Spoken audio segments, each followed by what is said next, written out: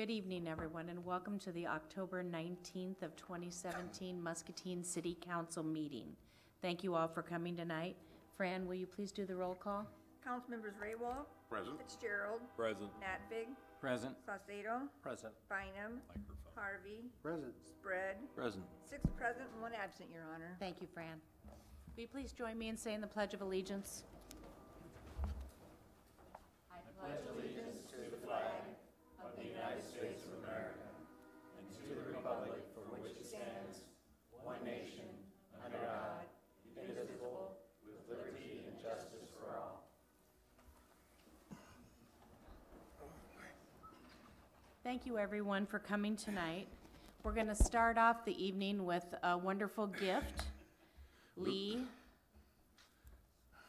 Franklin Braun has generously donated a picture to be hung in City Hall.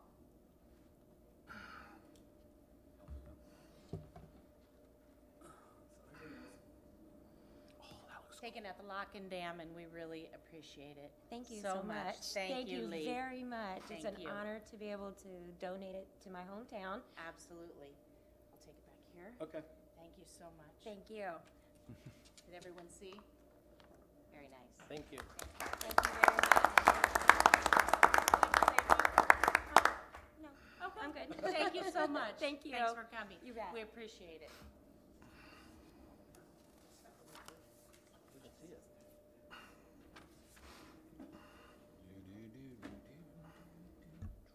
You can mount that like on the wall right there. Her pieces hang in a variety of places, and we're very grateful to get this lovely gift. Next, is there anyone here tonight who would like to talk to council about something that's not currently on tonight's agenda? Hearing nothing, we'll go ahead and move forward to number 5, the consent agenda. The following items are considered to be routine by the City Council and will be enacted by one motion. There will be no separate discussion of these items unless a council member so requests, in which event it will be removed from the consent agenda and considered in its normal sequence on the agenda. Is there a motion to approve the consent agenda, which includes items 6A through B, items 8A through D, items 12A through E, and tonight's bills totaling $4,362,371.23. So moved, Your Honor. Thank you. Santos, second. All in favor say aye. Aye. Aye. Opposed? Motion carries with all ayes. We will move on down to number 9. We have a proclamation tonight. Whereas the United Nations was founded in 1945 and the anniversary of the day on which the UN Charter came into force is observed each year on October 24th. And whereas the United Nations promotes peace and security, development, democracy, economic prosperity, global health, and human rights around the world, and is vital now more than ever. And whereas the global goals for sustainable development were unanimously adopted by all 193 members of the United Nations in 2015, creating a common set of voluntary priorities for action on combating poverty, promoting sustainable economic growth, and advancing human dignity worldwide. And whereas the United States has a long tradition of international leadership and has shown bipartisan commitment to advancing the global goals at the national and local level through such important initiatives as U.S. support for global health and local leadership on combating human trafficking. And whereas a bipartisan poll revealed that more than 8 out of 10 voters say it is important that the United States maintain an active role within the UN, and whereas the United Nations Association of the United States has declared global goals, local leaders, as its theme to recognize local efforts to champion one or more of the global goals for the 2017 United Nations Day commemoration. And whereas the City of Muscatine is committed to educating and mobilizing our local communities to build a stronger network of global citizens and leaders to create a more prosperous, safe, just, and sustainable world for all. And whereas the citizens of Muscatine should participate in all activities related to United Nations Day, now therefore I, Diana Broderson, Mayor of the City of Muscatine, officially proclaim October 24 of 2017 as United Nations Day. And we thank them for getting that over to us so that we could do this. Next, we're going to move on to 11A. Presented for City Council's consideration tonight is the final reading of an ordinance amending Title VII, Chapter 9, Section 4, to extend the downtown parking zone. As part of the Come and Go construction project, the city has acquired 19 new parking spaces on Sycamore Street between 4th and 5th Streets.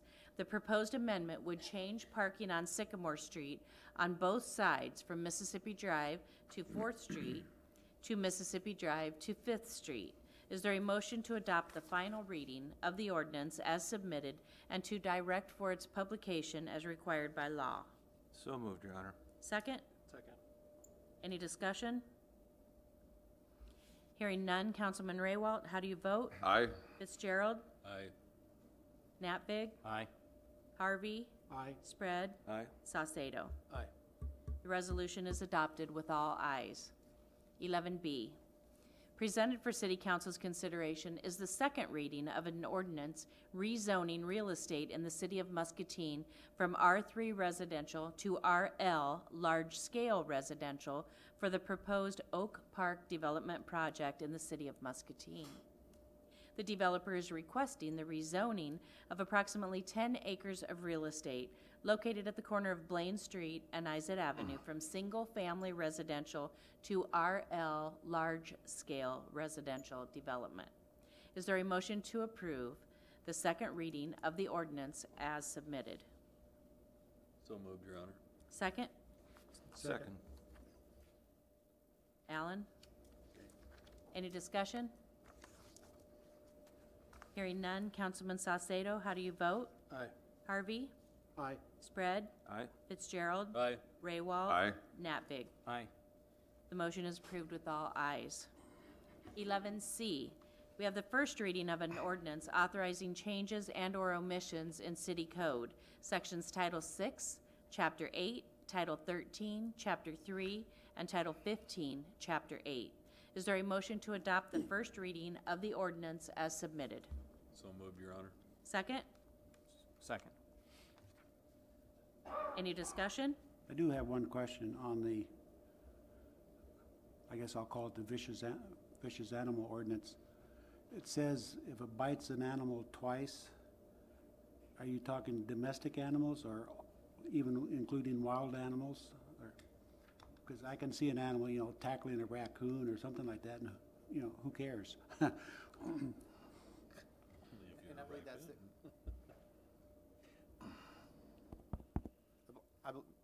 the ACO, I don't think this is on. Is it on? Yeah, we hear you. I believe the ACO simply requested an amendment to include animals, so to make it clear, right now it simply says people. We wanted to make sure the definition was clear, and really the intent is domesticated animals, not, as you say, raccoons. I just wondered if it would be appropriate to say domestic animals or some such wording. So we make that amended motion tonight, if you'd like, or leave it as is. Unless there's, We don't often get complaints about right. Raccoons. Unless they have a Bit. pet That's what I raccoon. said, you know. they're chased off.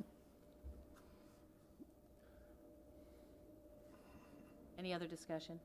Just wanted to mention, this is the fireworks section, is included in here as well tonight. The changes from the current section to the proposed change that we discussed. I want to make sure that this is accurate and accurately reflect council's recommendations at our last meeting.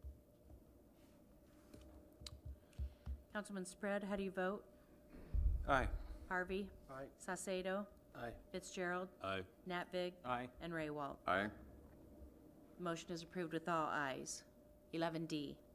Presented for City Council's consideration is a resolution approving the implementation of a parking change on Second Street. Excuse me. At the October 12th in-depth meeting, it was the consensus of City Council to change the free parking restrictions on Second Street. City Council is requesting the current free parking up to 3 hours once per day in each parking space to be changed to free parking up to 3 hours once per day in each block. This proposed change would be effective after the necessary signs are installed. Is there a motion to adopt the resolution as submitted? So moved. Second. Any discussion? I have a question when it says each block, because you had it pictured, a sign from Davenport, and when I was reading that, it said something about block face. It talks about each half block or side of the street. Ours is intended to be the entire block. I just wanted to give you an example of a sign that's used in Okay. another community, and what that signage can look like and how clear it can be. So if you park it, pick two businesses that I frequent because of my business, Sherwin-Williams and Carriage House Carpet, one. If I park in front of one of them in the morning, then I can't park in that area at all the latter part of the day. 3 hours per day in that entire block. So why don't we make it block face, so we split the block? It's just a point, Right. otherwise I'm probably going to vote against this. Isn't it cumulative? You couldn't park an hour at Carriage One and an hour at Sherwin-Williams? If I parked in the morning at one location and came back in the afternoon and parked in that block, I could get a ticket. You get 3 hours total. You get 3 hours total, Phil. Cumulative.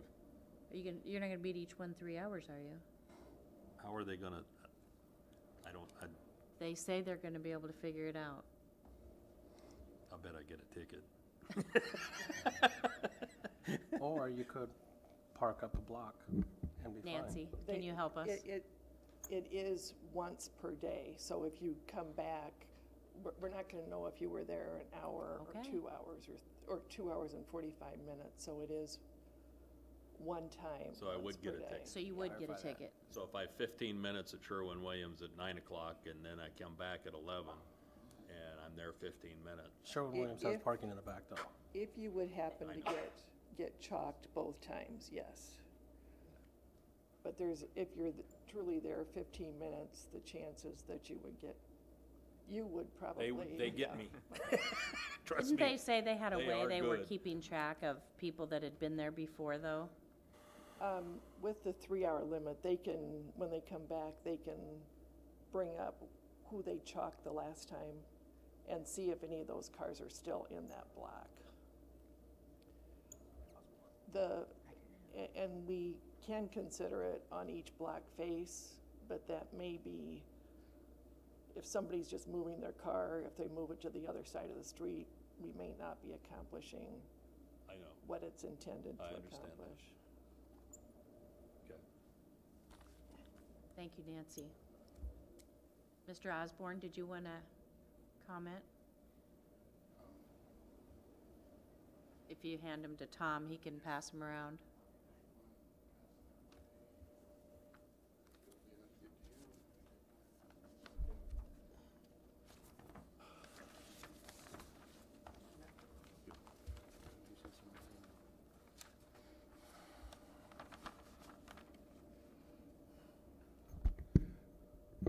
My name is Jeff Osborne, 970 Lucas Street, Muscatine, Iowa.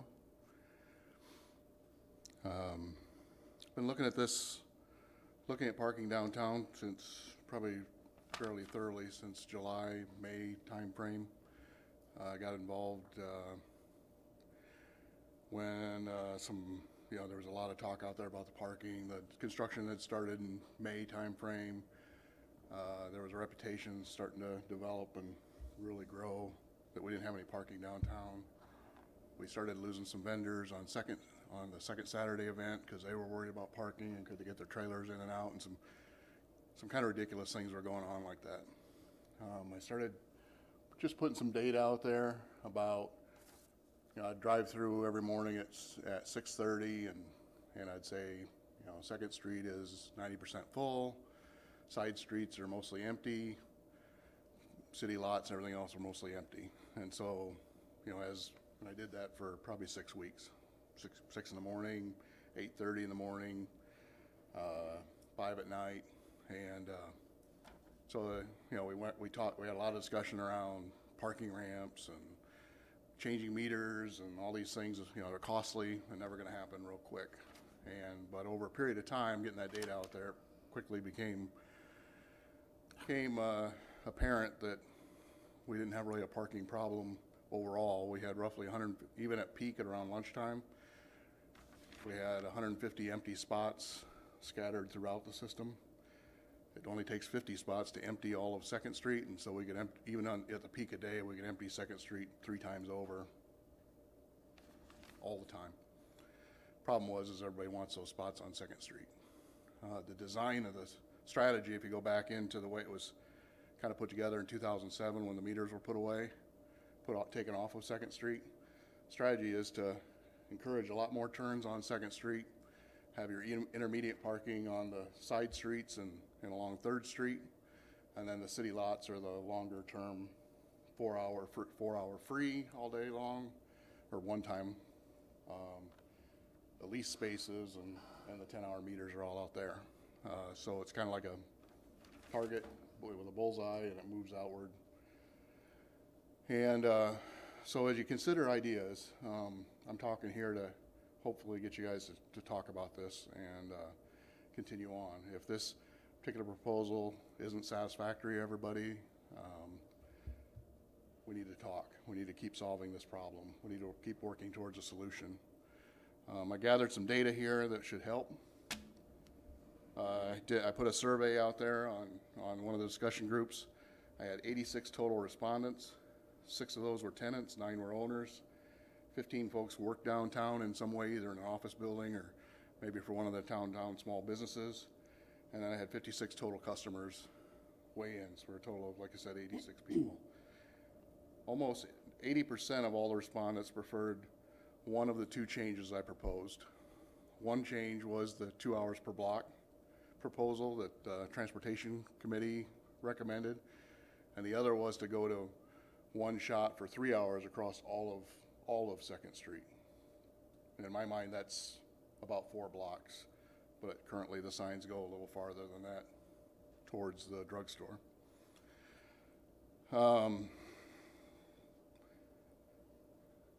And again, 80% of the folks wanted one of those 2 changes. Of the folks that wanted the change, 2 to 1 preferred the 3-hour window one time across all of Second Street. And I hear what you're saying, Philip, around can I park twice and all these things. The idea is to keep this simple. You park once, you get 1 shot. If you're there 5 minutes, that's it for the free parking. But understand that depending on which meter you go to, along all of the Second Street, or all of the Second Street north-south streets, Iowa and Pine. Well, Pine is free all the time. There's no regulation, there's no signs, no restrictions. It's free all the time. And then it varies to 2-hour parking meters along, like Iowa Street is probably the epicenter of that corner between Iowa and the 2-100 blocks crossing there. That's the bullseye. If you think about like Boonies, they have no parking of their own. If you did anything with those meters in front of Boonies, like one suggestion I heard was, let's make them 10-hour meters. Well, I think you're killing Boonies at that point. That's just my opinion.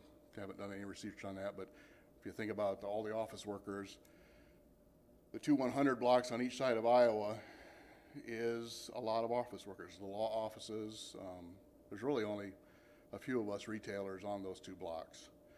A couple of reasons for that, in my opinion, are if you go out to the next 200 blocks, there's a city lot of about 50 spaces across from Pro Plaza. An abundance of parking options there relative to the rest of Second Street.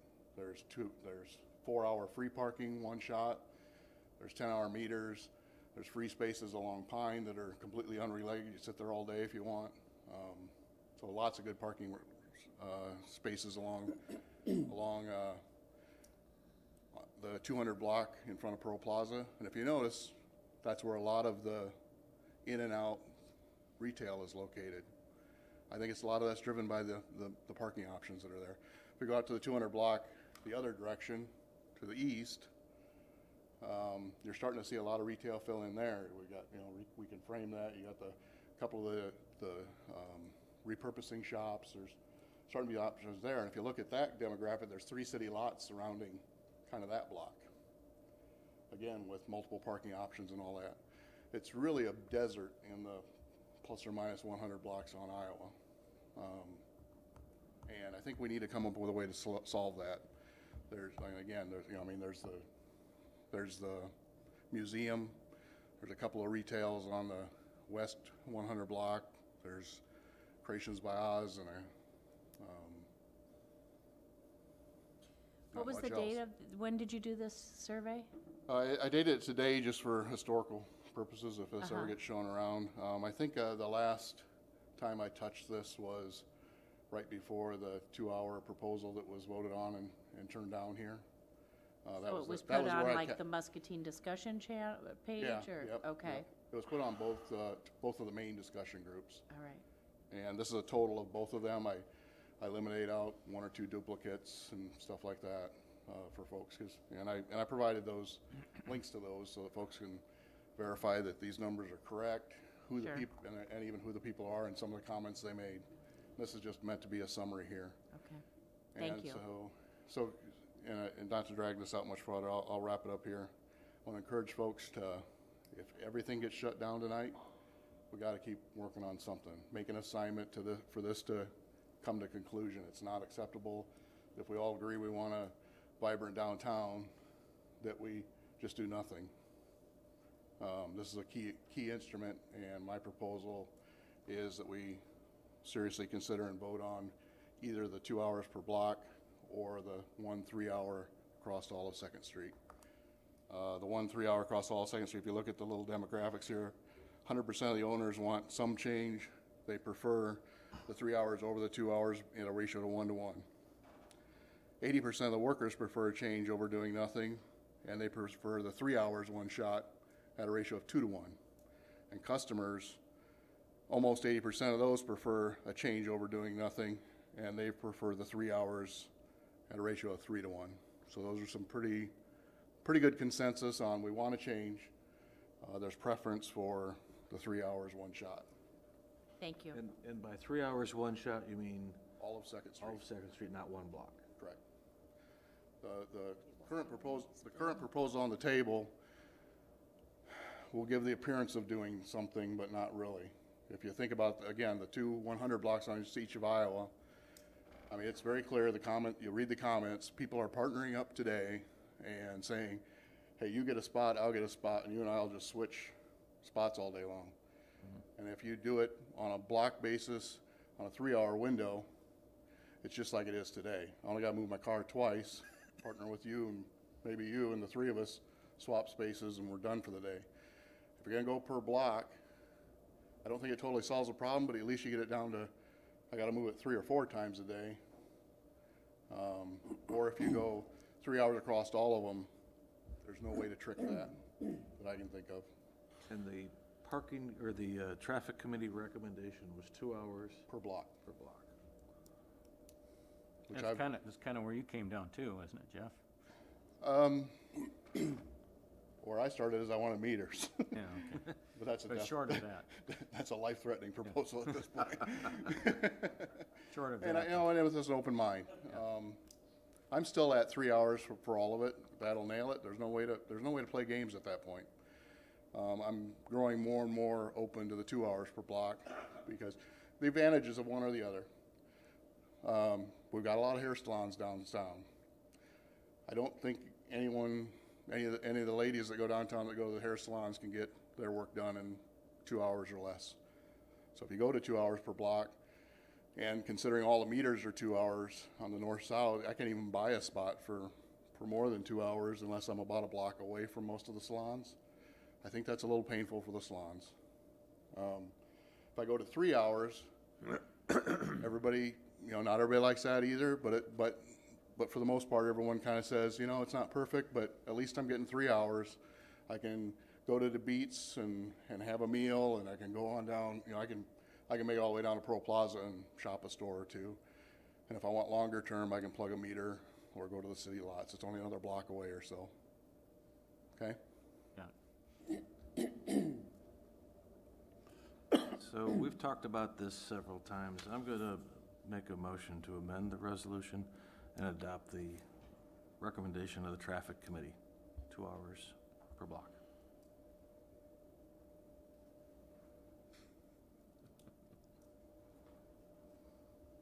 Second that.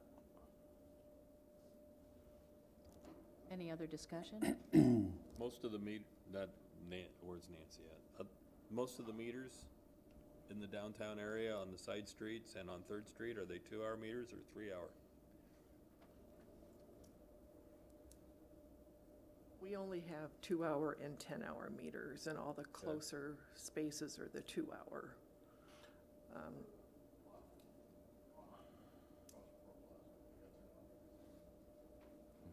Right. That's a lot. Yeah. And all the parking spots that we have that the city owns, as far as, I think the one over on Pine and then the one over behind the Guadalajara and the Salon, how much are those free parking spots for? They have like a 3-hour limit, or is it a 4-hour limit? Those are 3-hour limit once per Behind day. Guadalajara? In the lot? you mean, Yes. Sam? And then the one over, Second and Pine and Iowa, That one, those 3-hour? I think that was part of the recommendations of the last committee. I think those are 4-hour. those are 4 hours. Yeah. and there are 10-hour meters in the, is there Chestnut? The- Is that Chestnut's parking lot? Yes, Chestnut there's and Third? 10 hours in the 10-hour meters. I Chestnut think we one. counted, the previous time we had this discussion, was it 50-some 10-hour meters in the downtown area? I'm trying to recall, roughly. Put you on the spot, sorry. It's in my budget chart in my office. Second and Pine as well, but also at Chestnut by the Pro Hair Salon. Oh, yeah, okay. Yeah. I just want to make a point that I think that we're gonna, if we approve this, I want to review this again, after all the construction's done. We just saw that we're gonna have 19 parking spots over on Sycamore. So I hope that would help address it, but we won't know that until after the construction. So this is a trial for me, not a etched in stone that it's gonna be forever. Tom, just to be clear, your motion was to go from 3 hours per block to 2 hours per block? Yep. Because that was the recommendation of the traffic committee. Tom, when was that made? When was that meeting? Was it since Jeff did take his data into consideration? I think so. Yeah. Thank you. Any other discussion? Fran, can we just vote on this as amended, or do we need to do two different, You need to vote on the amendment. go on the amendment? Councilman Spread, Aye? Harvey, Nay. Saucedo, Aye. Nat Vig, Aye. Ray Walt, Aye. Fitzgerald. Aye. Do we need to go back and do the original one, Fran? As The amended. amended The amended. motion. Councilman Harvey, Aye. Spread, Aye? Saucedo, Aye. Fitzgerald, Aye. Ray Walt, Aye. and Nat Vig. Aye. Moving on, 11E. Presented for City Council's consideration is a resolution accepting completed work for the Kent Stein to Deep Lakes Trail project and authorizing final payment. The contract for the project was awarded to Iliwa Investment Incorporated in the amount of $1,198,197.30. There were 4 change orders totaling $8,371.96 for a final contract amount of $1,196,026.41. The city has completed the final inspection of the project, and it is ready to be closed out. Is there a motion to adopt the resolution as submitted? So moved. Second? Second. Any discussion? Looks good. Councilman Raywalt, how do you vote? Aye. Fitzgerald? Aye. Natvig? Aye. Harvey? Aye. Saucedo? Aye. And Spread. Aye. The resolution is adopted with all ayes. 11F, presented for City Council's consideration as a resolution setting a public hearing on a proposed vacation of a utility easement on Diana Queen Drive. RBW Enterprises LLC is requesting an amendment to their development plan to change the land use on approximately 2.15 acres located along the west side of Diana Queen Drive, Lot 6 through Lot 16 of the Riverbend addition from single-family homes to attached single-family homes, rather duplexes.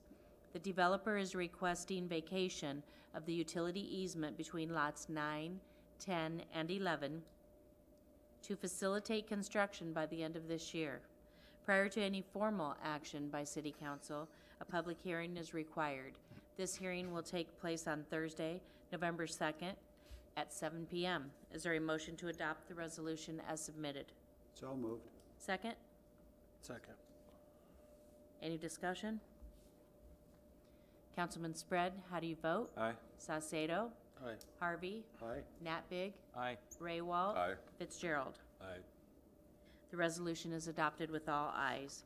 11G, presented for City Council's consideration as a resolution authorizing the assessment of unpaid abatement costs and unpaid rental inspection fees to private properties. Periodically, the city takes action to assess unpaid nuisance abatement costs and unpaid rental inspection fees to private properties. The nuisance abatement costs for snow, junk, and weed removal total $8,561.70. The administration fees are $1,500 and the assessment fees are $1,950. The total fee being requested for assessment at this time totals $12,011.70. Is there a motion to adopt the resolution as submitted? So moved. Second. Any discussion? Councilman Raywalt, how do you vote? Aye. Natvig? Aye. Fitzgerald? Aye. Spread? Aye. Saucedo? Aye. Harvey? Aye.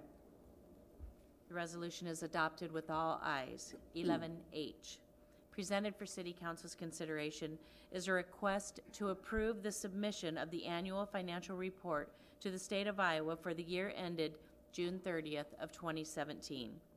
This report includes all budgeted funds of the city and was prepared on a budget basis. Revenues and other financing sources totaled $67,683,702 for the year, and expenditures and other uses totaled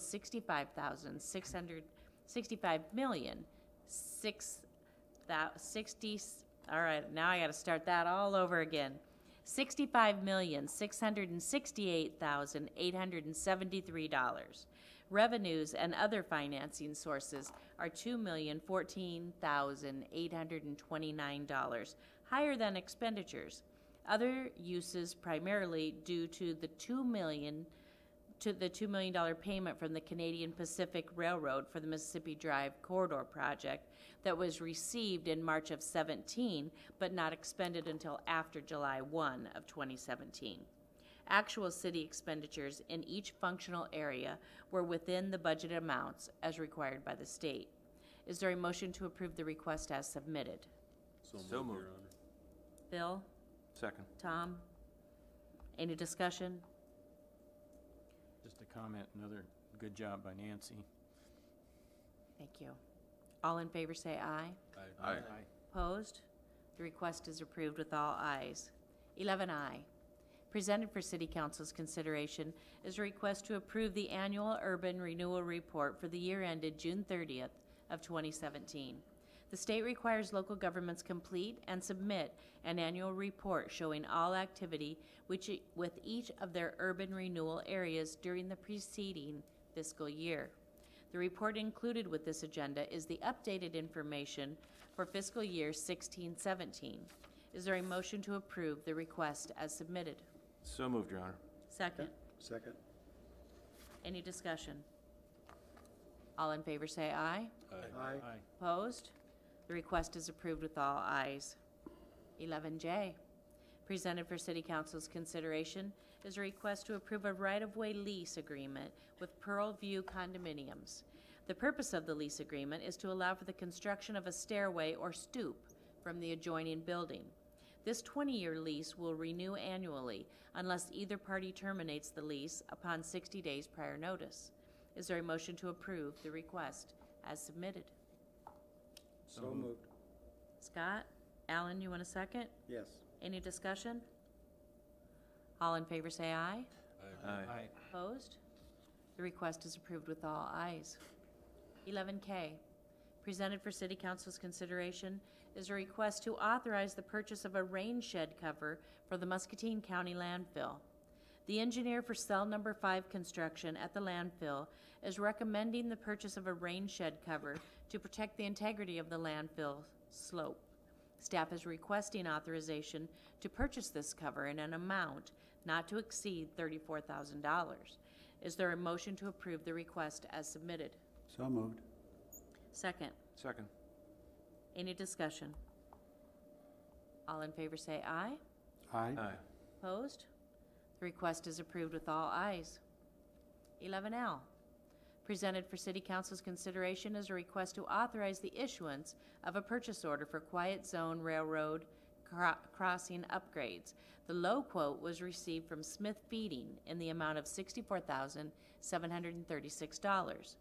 Funding for this project will come from a grant provided to the city from the Howe Foundation and will include the cost of supervision for the construction.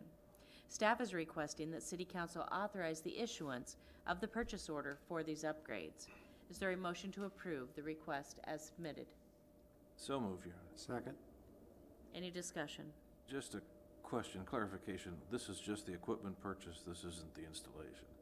This is for installation of sidewalk and fencing, black metal fencing at the 2 internal Yeah? okay. pedestrian and chain link at the external fencing, and this will, is for 3.5 pedestrian crossings. The other ones are included in the So this construction has project. nothing to do with the quad gates?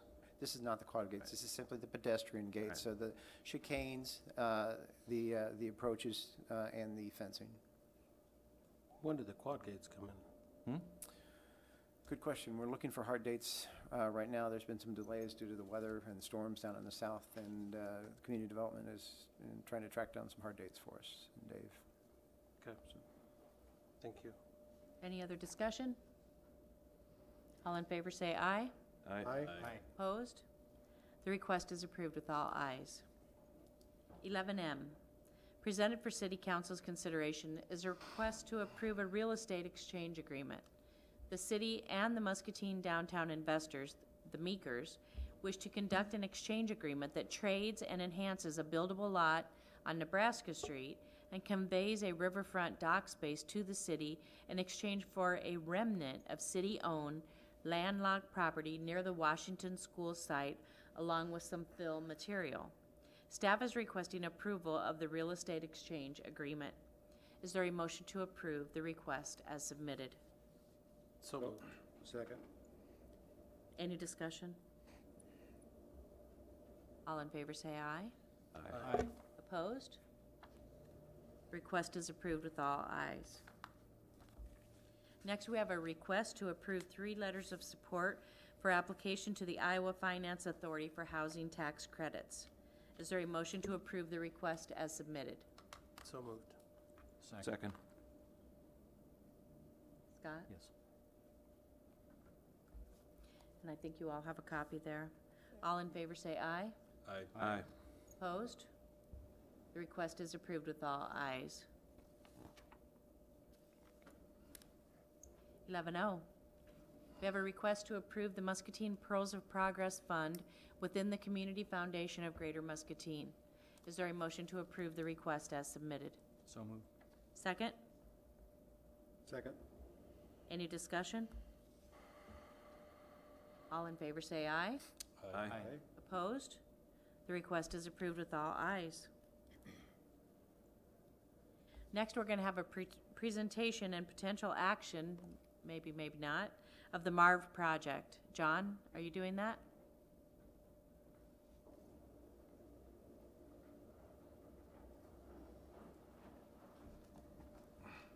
We didn't actually have a formal presentation.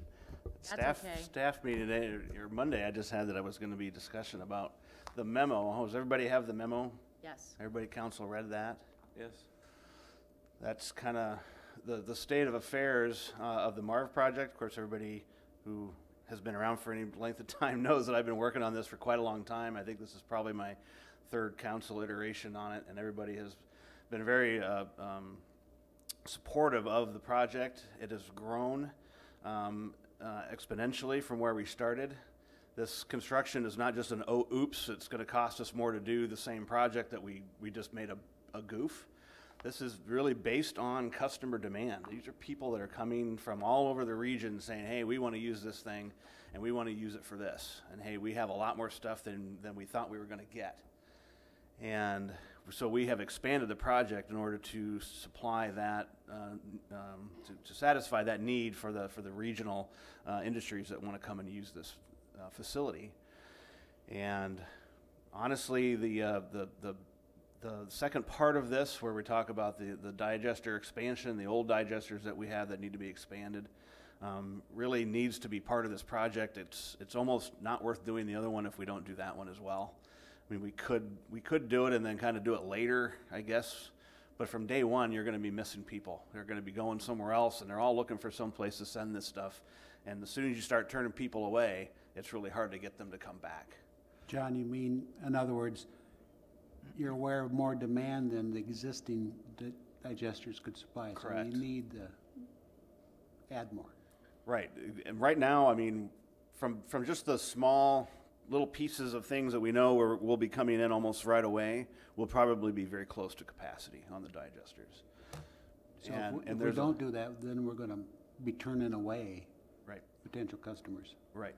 So in other words, compared to, initially you said there was a lot of potential. Now that's turning into A lot of potential. Massive amounts of potential. I mean, the last person I talked to said I have about half a dozen facilities, some of them from Missouri, who would like to come up and use this facility. So, and that's just one customer. That's one person. And I know there's a lot more out there who I presented at a food recovery summit just about a month ago or so, and this is a big issue, big problem for lots of industries. That's put on by the University of Northern Iowa's Waste Reduction Center, and that's all they do is they go around and find people that have waste and somebody who can take care of it, and they get those people together. So working with groups like that, we're going to find a lot more of these places out there. Talking to somebody from the DNR yesterday during my audit, he's like, I was at a facility the other day, and they go, they're just throwing sausages out in the landfill, and they need a place to put this stuff.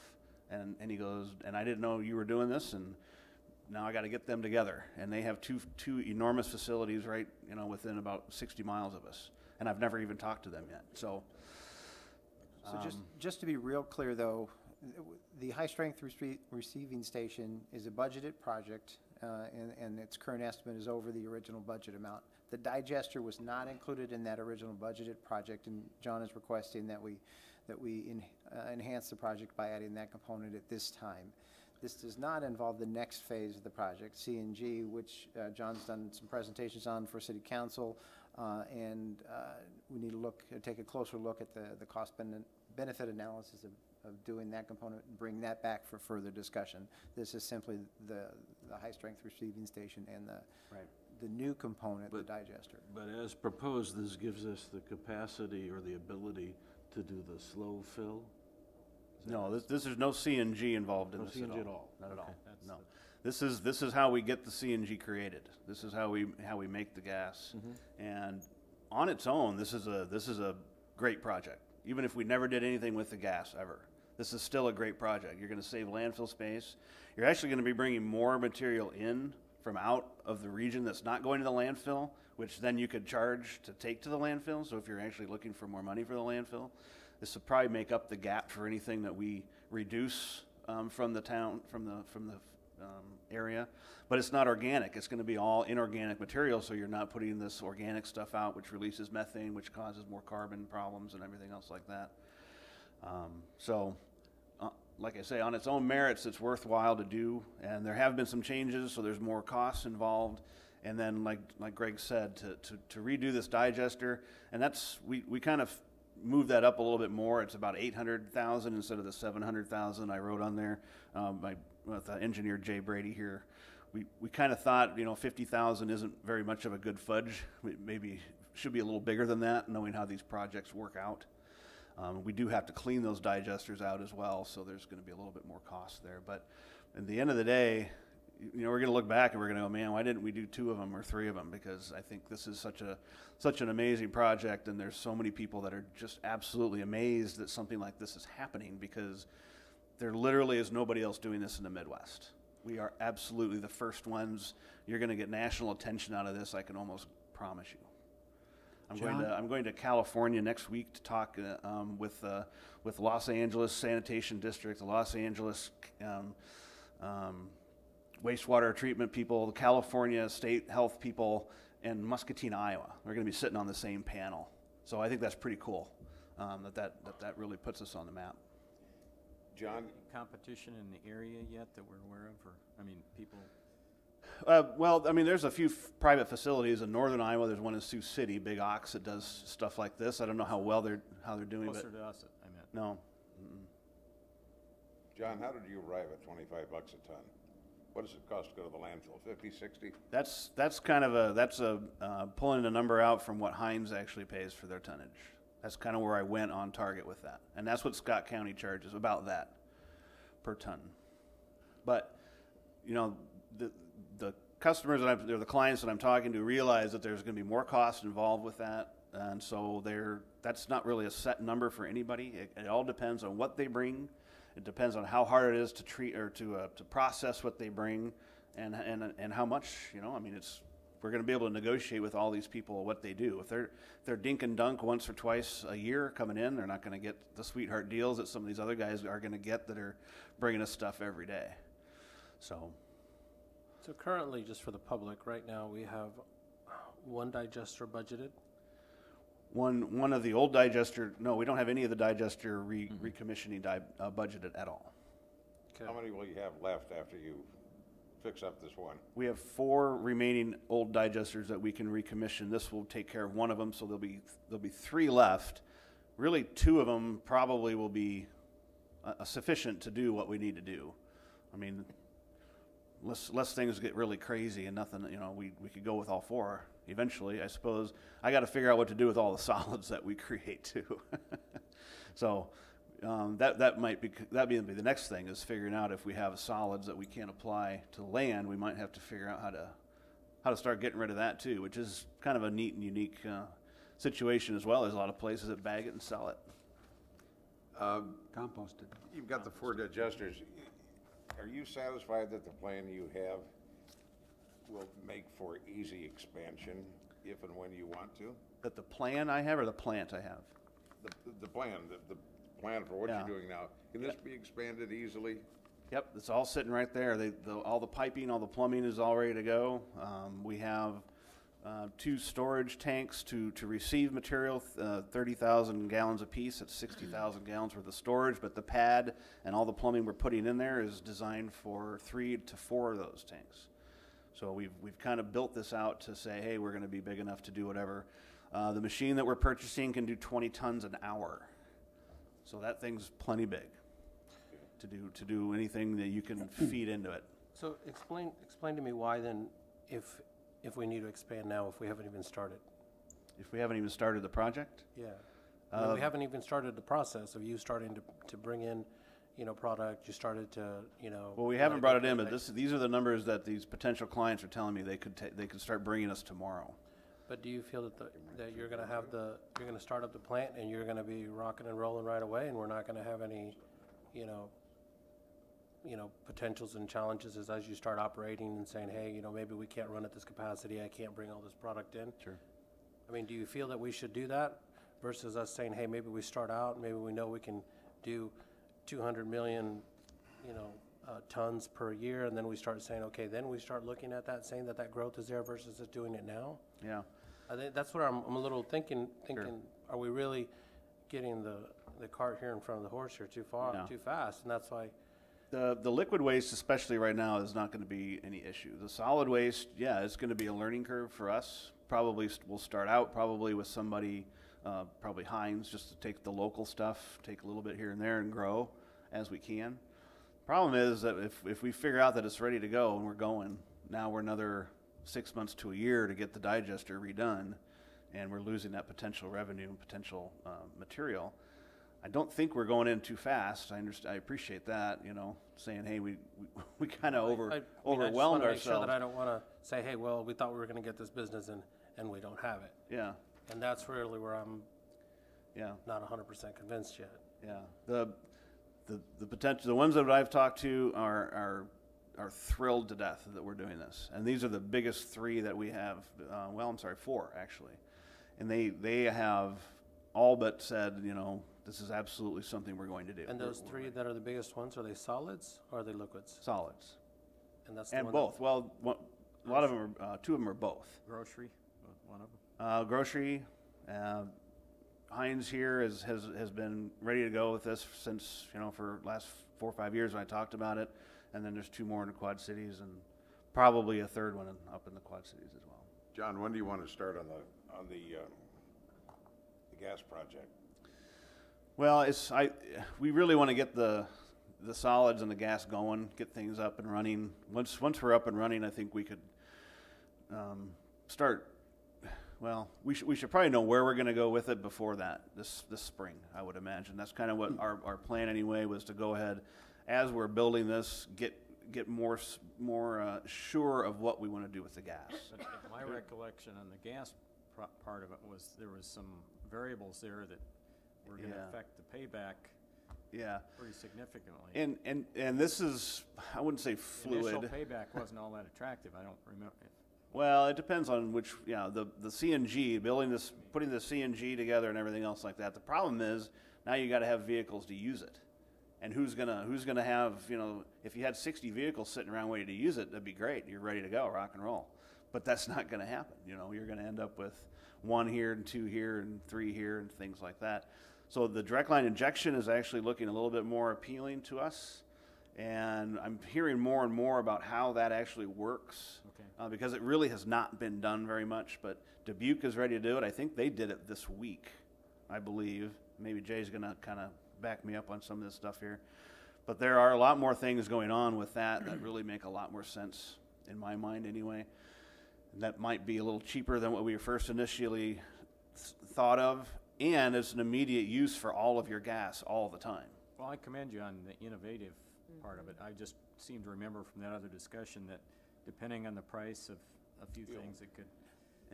Fuel. But right. The intent was to come back to City Council with a further thought out response to the many questions that you had and discuss the cost benefit. Do you want to comment on that? Jay Brady, Stanley Consultants. So one of the things that I think we need to kind of clarify a little bit is that the initial cost for the receiving facility is significant, and that payback to get that money recouped for that investment was a big part of the touch and go on the numbers as far as whether this was a good thing to invest city money in or not. One of the things that have changed is John has continued to reach out, and other people have been reaching out to John to say, hey, we have waste, we want to come. He doesn't necessarily have inked agreement with all of these folks, but he has pretty firm commitments from them, and they're ready to go. And that was different than, maybe 6 or 9 months ago when we talked, where we said there's a lot of potential, but we really need to get some firm commitments going forward.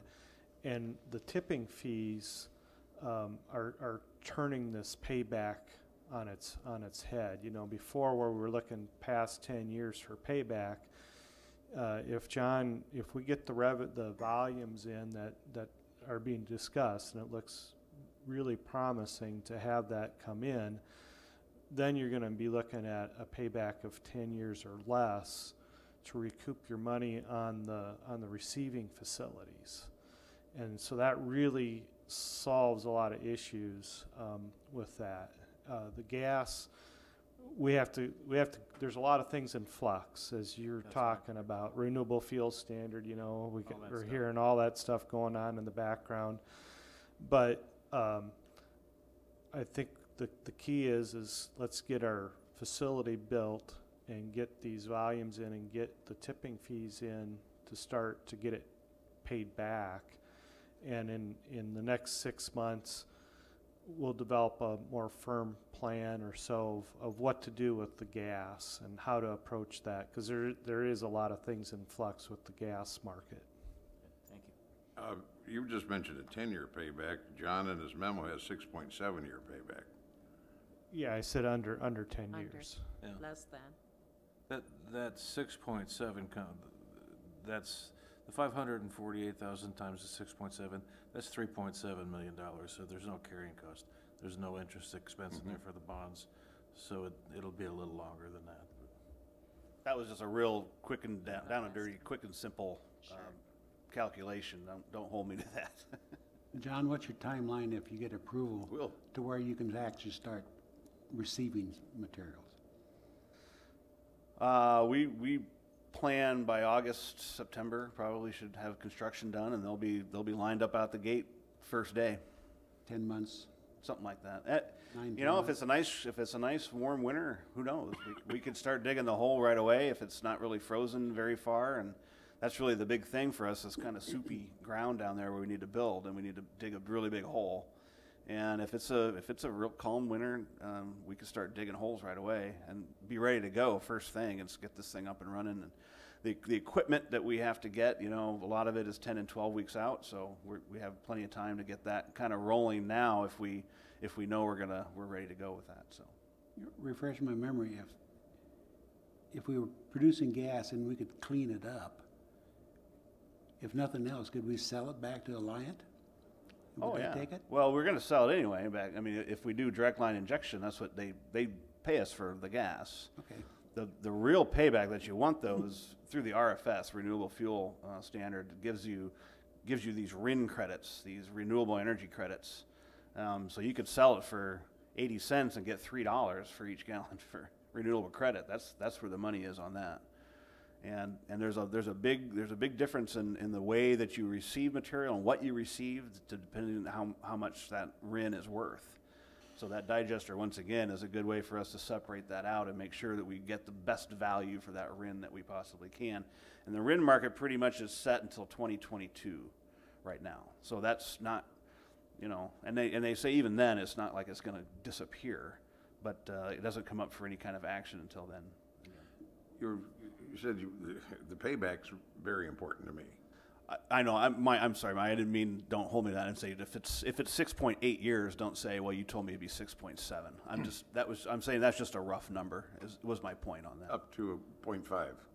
Well, yeah. It's difficult to say, but looking at the math, that's what my number came out to be, and that's taking in all that great material, you know, really hard and heavy, like he says, without anything else, and not knowing the real final cost of the project. That's my rough number. Thank you. Do you need anything from us tonight, John? My request is just to say that's okay to, I don't know. You'll be bringing back the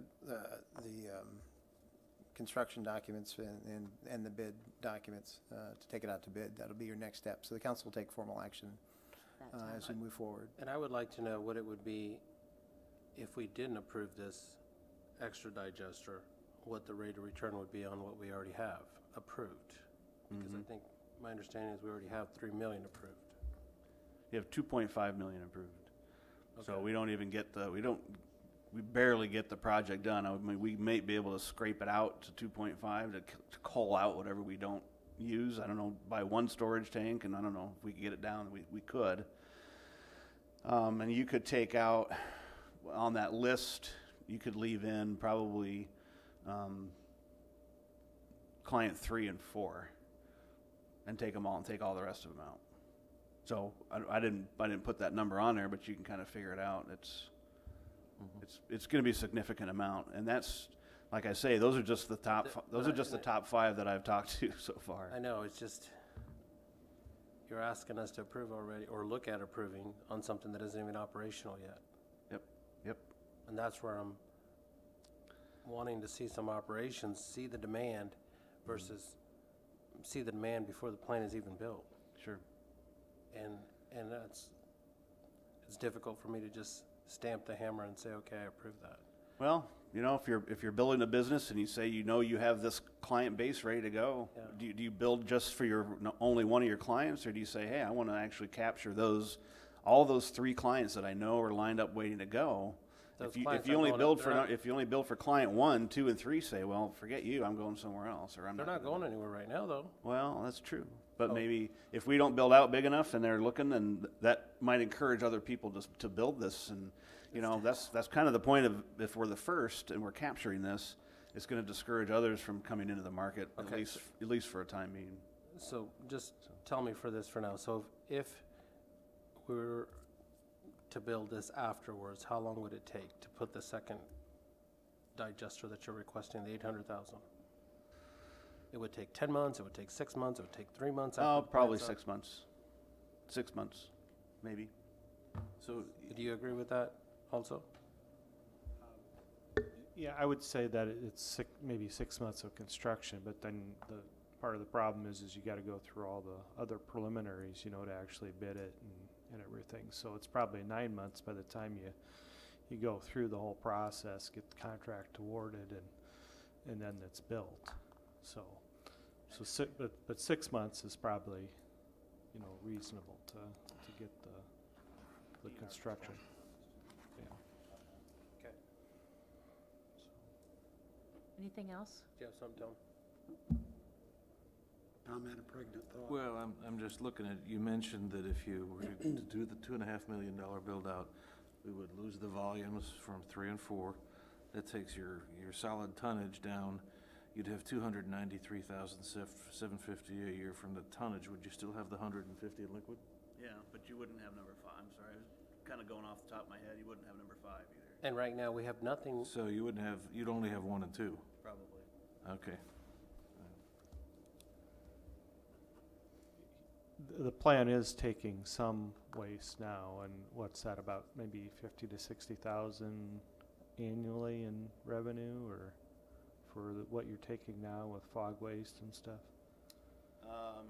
Yeah, it was closer to about $200 some thousand. It's kind of what I had planned out for this year, and that was in my budget to be revenue. But that we thought we were going to start the project in March, and we haven't started it yet, so those numbers are low already. But around $200 some thousand, I think.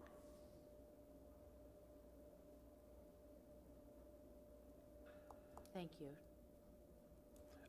I would like to know what we would do with the solids, or what your plan would be eventually if we were to get a high volume of solids, or what would be the plan moving forward? I know you said you didn't know yet, but I don't want to increase headcount and say, oh, we're going to need to hire 6 more people to start bagging this stuff, and then say now we're having to staff that up because we have such large volumes. Right.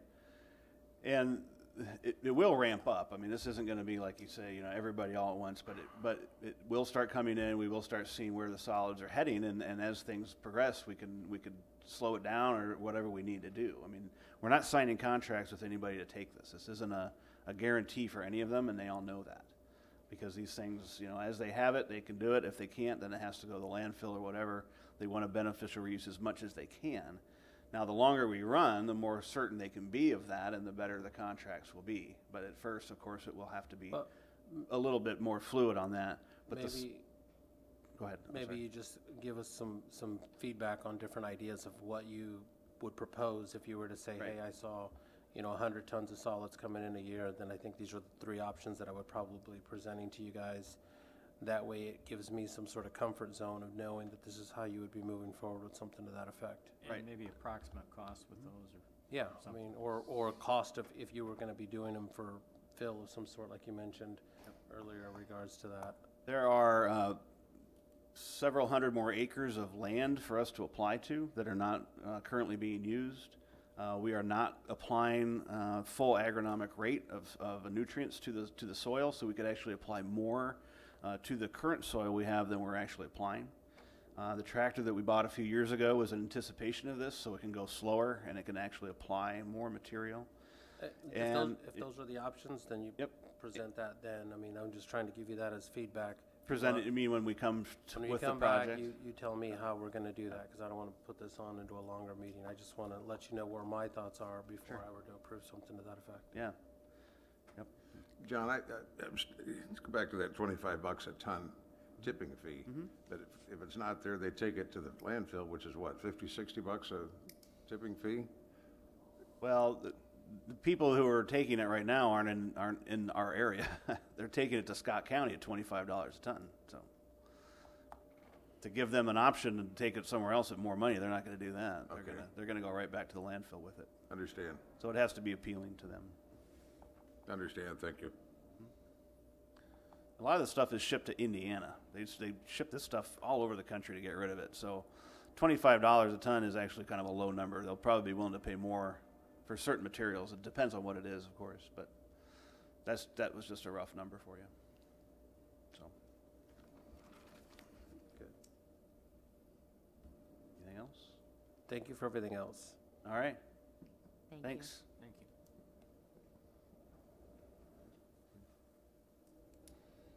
Moving on down on the agenda to communication. Councilman Spread, do you have anything tonight? Excuse me tonight. Did I Your miss Honor, something? Item Q. Oh, I thought we weren't doing that, Fran. Are we? Item Q is just a brief discussion. Okay, go ahead.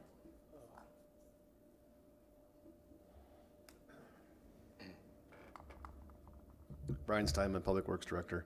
Just real briefly, I wanted to bring council up to speed. We have been having conversations with H&I Corporation.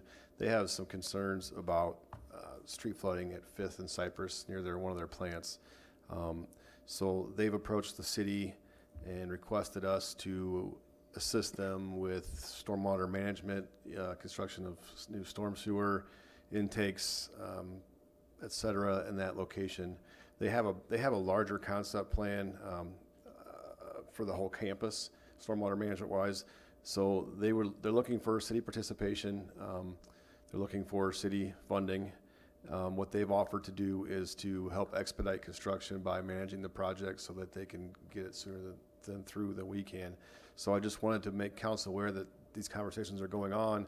There'll likely be a submittal next council meeting with a plan and a budget and a concept for council to either approve or not, but just to kind of make you aware of the situation. Is this on the same lines as the problem that Mr. Burr's having? It would be similar, but not really. This is more of a stormwater through the street. I think Mr. Burr's having more of a backup issue through a pipe. It's a stormwater issue, so yes, but it's a little bit different situation.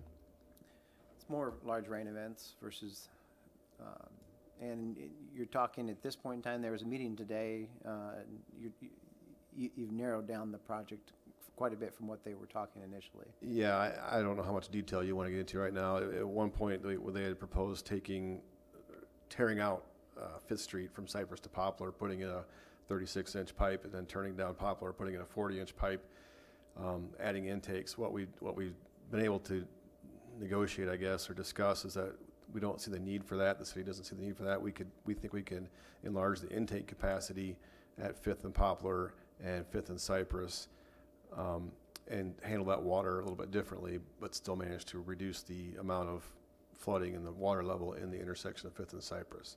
So it would be council's decision how to proceed. I just want to make you aware that it will be coming here in the next couple of weeks. How often do they get flooded there? I don't know that they've been flooded in the buildings for a long time. They've taken some measures on their property to put in some flaps, divider type things in the doorways to keep water out. I think they're concerned of the potential with heavier rainfalls that it could back up into the building and damage their equipment that's in there.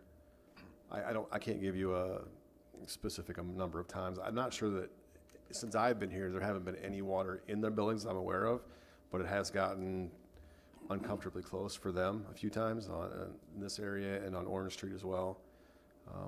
So. Isn't there a pump system related to this? Yes. there is a pump system with a wet well on the, be the southeast part of the property in the parking lot. Where the majority of this water goes, there are different issues with the pump system, whether or not the pumps kick on at the right time, the pump capacity. That's all part of their bigger plan. What they're trying to do what their goal is to get this piece done before construction on Mississippi Drive and Second and Mulberry forces traffic to move to Fifth Street. So they'd like to get this piece done, which is pushing their timeline, not necessarily the city's, but it's pushing their timeline. So that's why they'd offer to do the project management and bidding and all that sort of thing. So the pump, wet well, the pump's there, pump it over the levee to the Mississippi then? I believe it goes to Mad Creek, but yes. Creek, okay. Can we expect at the same time a report on, Mayor, what's the gentleman's name again? It comes once a month. We have an in-depth session scheduled for November to discuss Mr. Burr, and I sent out quite a bit of information as well. Okay, and the other man whose name, what was it? That, Mr. Zimmerman. Mr. Zimmerman, I spoke to Mr. Zimmerman. He was more concerned about just being updated with what's going on with the development at the Oak Park. At this point, I think he is content, and so I don't expect to hear back from him unless something changes. And I promised him that we'd keep him informed of the developments. We haven't seen their stormwater management plan yet for that property, so we'll have to review that. City will make sure that no damage is caused by the stormwater leaving that development. And if I recall correctly, most of those issues were on state right-of-way. Correct. They were in the right-of-way ditch, yes. Right, rather than city property. So what's the date for the November in-depth session? In-depth, okay. I would expect H&I to submit their proposal or have me submit the proposal on their behalf for November 2nd meeting. And we're going to meet with them again next week to clarify that, to try to get more information from them.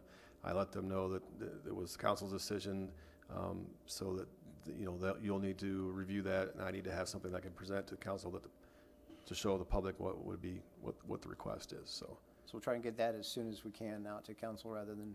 Yeah, we'll meet we're going to meet next Thursday, and whatever we can get, as soon as I can get it to the council, I will be happy to do that. But I just wanted to make council aware this was forthcoming. So that's all the item Q was about tonight. Thank you. Thank you, Brian.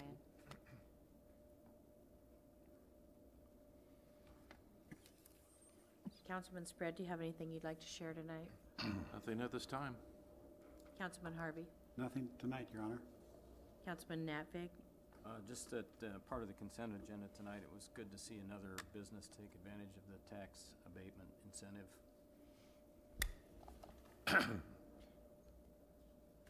That's all.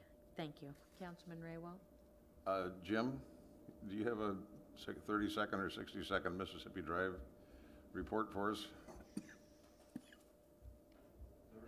Well, whatever. We're timing you. Brian's gonna do the stopwatch on me, so. There you go.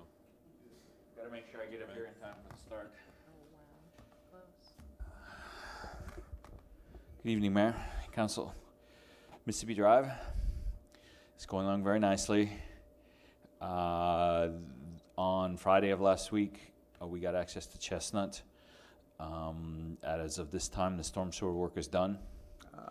The aggregate base and the subdrains and everything else are in there. Paving is tentatively scheduled for, I think Tuesday and Wednesday of next week. Are they going to pave that upper lot too? They're going to pave the upper and the lower lot for a piece to come back in there, because if your council remembers, Chestnut shifts over a little bit there. So we get into that, and then with the new driveways and everything else, there's work to be done in those driveways, and for those driveways, and in those 2 parking lots. So paving early next week, that's great. Yes. Keep your fingers crossed. We can get rain coming at us on Saturday. So we have hit a bit of a snag with extension of the utilities and roadway work going towards Broadway. Hopefully everybody remembers Broadway is kind of the goal before we shut down for the season. There's rock. We've had to have a quote-unquote emergency meeting and put MB&W and ourselves and the designers and the contractor together to try to solve it. I think we have it solved as to how we're going to run those utilities now and minimize the impact on the bluff, minimize the impact on rock excavation. But that's no easy quote-unquote redesign at this stage of the project. We expect to hear back tomorrow morning on that redesign and pull the trigger again and go forward. So there has been a bit of a delay with that bluff section. But that's the update. Cleveland Street, I know you didn't ask, but I know you're curious. I know he's curious. The last concrete, I believe, pours tomorrow morning at 7:30. You're all invited. Show up if you wish. And that would mean 3 or 4 days after that, if everything goes well, Cleveland Street will be completely done and open. And I know that on the sewer separation project, I know that Lucas Cherry 4th intersection got open last Friday. I believe that was pretty darn close to when we said we would try to have it. And there's, I think 4th Street's open. No, I don't think. I just drove it today. 4th Street's open. And most of the work on 5th Street is done. There's some more still to do there, but it's coming along. So, any other questions, comments, concerns? Great report. Keep them coming. Yes. Well, we have to thank the good Lord. There was been some awfully nice weather. So. Thank you, Jim. Yep. Anything else? Yes, the fuel dock. I've been walking down there recently, and it has short hours, which I understand. Is there any reason we can't put a pump down there, a gas and fuel pump, that like you see at every gas station? You don't need an attendant. You just put the credit card in, and boom. Then the boaters can have it 24/7. I've seen boaters come up after hours, and they, now what the hell do I do? I can't make it to Davenport or wherever the next place is, and eliminate all the labor. We can take a look at it. If you do recall, that fund is in a negative fund balance, but we can certainly take a look at it and bring that back to council. There's DNR problem with having self-service on the river. Yeah, I'll certainly ask Park and Rec to take a look at that, though. Also, the neighbors on Iowa Avenue, on the way out to Fulham, around Iowa Field, they're an active group, and I was captured by them recently and released with the promise that I bring up tonight the John Tim house that was moved there about 12 years ago. Not John Tim's house. No. Not John. It's not It's John Tim. It's, Brian Costas. Brian Costas. Okay, just the house that we moved, we know. okay, I thought, it isn't the partnership? Well, whoever owns it, nothing's happened in 12 years. No, it's 7 years. 7? It was the arts, that was located next to the Arts Center. Yeah. And when we bought the land next door, I was on the board at the time, we sold the house and he moved it, but. 7 years. About that, yeah. So we're only 7 years with nothing happening. Yeah. Well, there has, on his behalf, I would like to say that he has done some work. Well, they showed me pictures. But lately, there has been nothing that I'm aware of. Lots of windows missing, foundation missing, doors missing. Needs to get Just a closed. rat trap.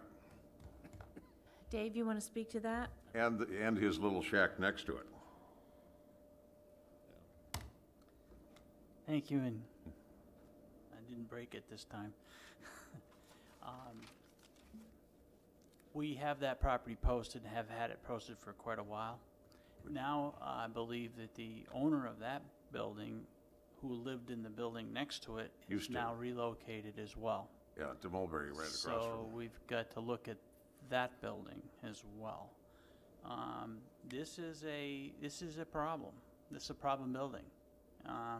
Where it's posted is because of utilities, because of or lack of utilities, lack of connection, the broken windows and things like that, the vacation of the house. The other one is coming along, and that will probably follow the same suit, my guess, if I had an assumption. I agree with Phil, or Councilor Fitzgerald, that he has done some work, but that was earlier than it is later. And I guess that was a council-approved move there at that time.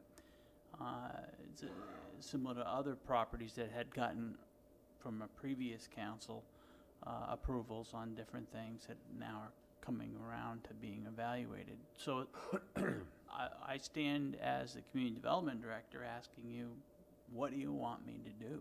I don't know, what are you allowed to do? Which brings me to the next question. You know, we have the new rental ordinances we put in this year.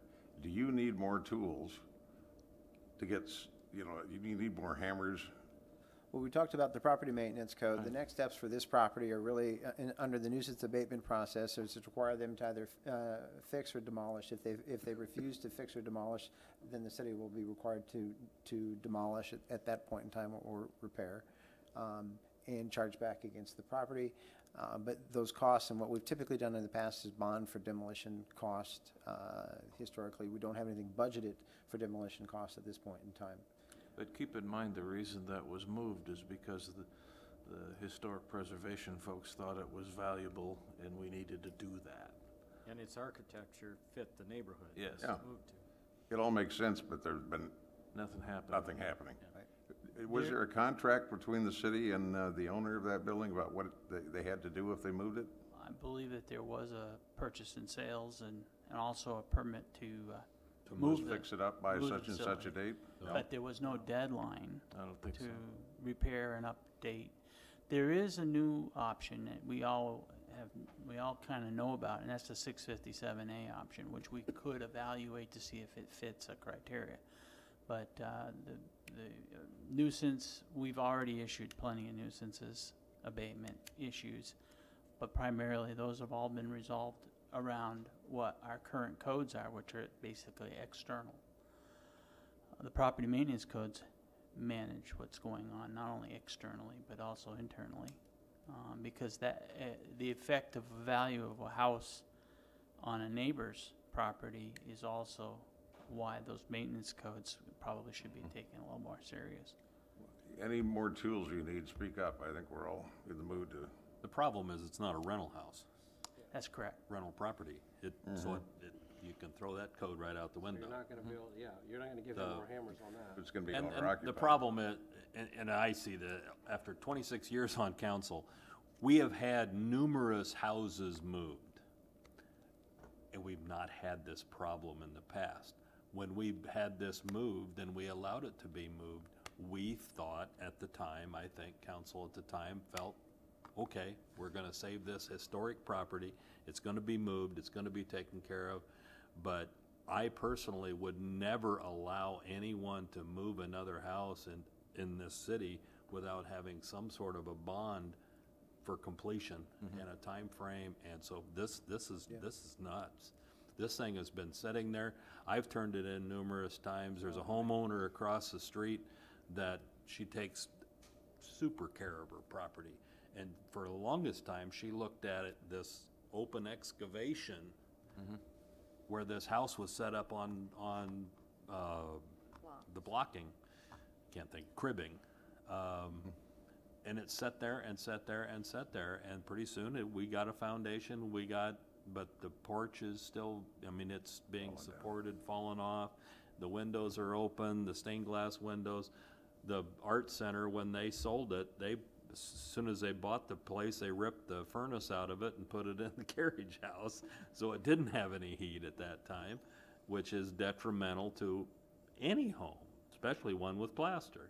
Councilor Fitzgerald, you're bringing up a good point, and also the fact that we could, and probably should, whenever we're selling a piece of property, especially a dwelling on it, to be brought back up to grade, is that we put not only a deadline on it or some sort of bond requirement or such like that. We have to do that for moving.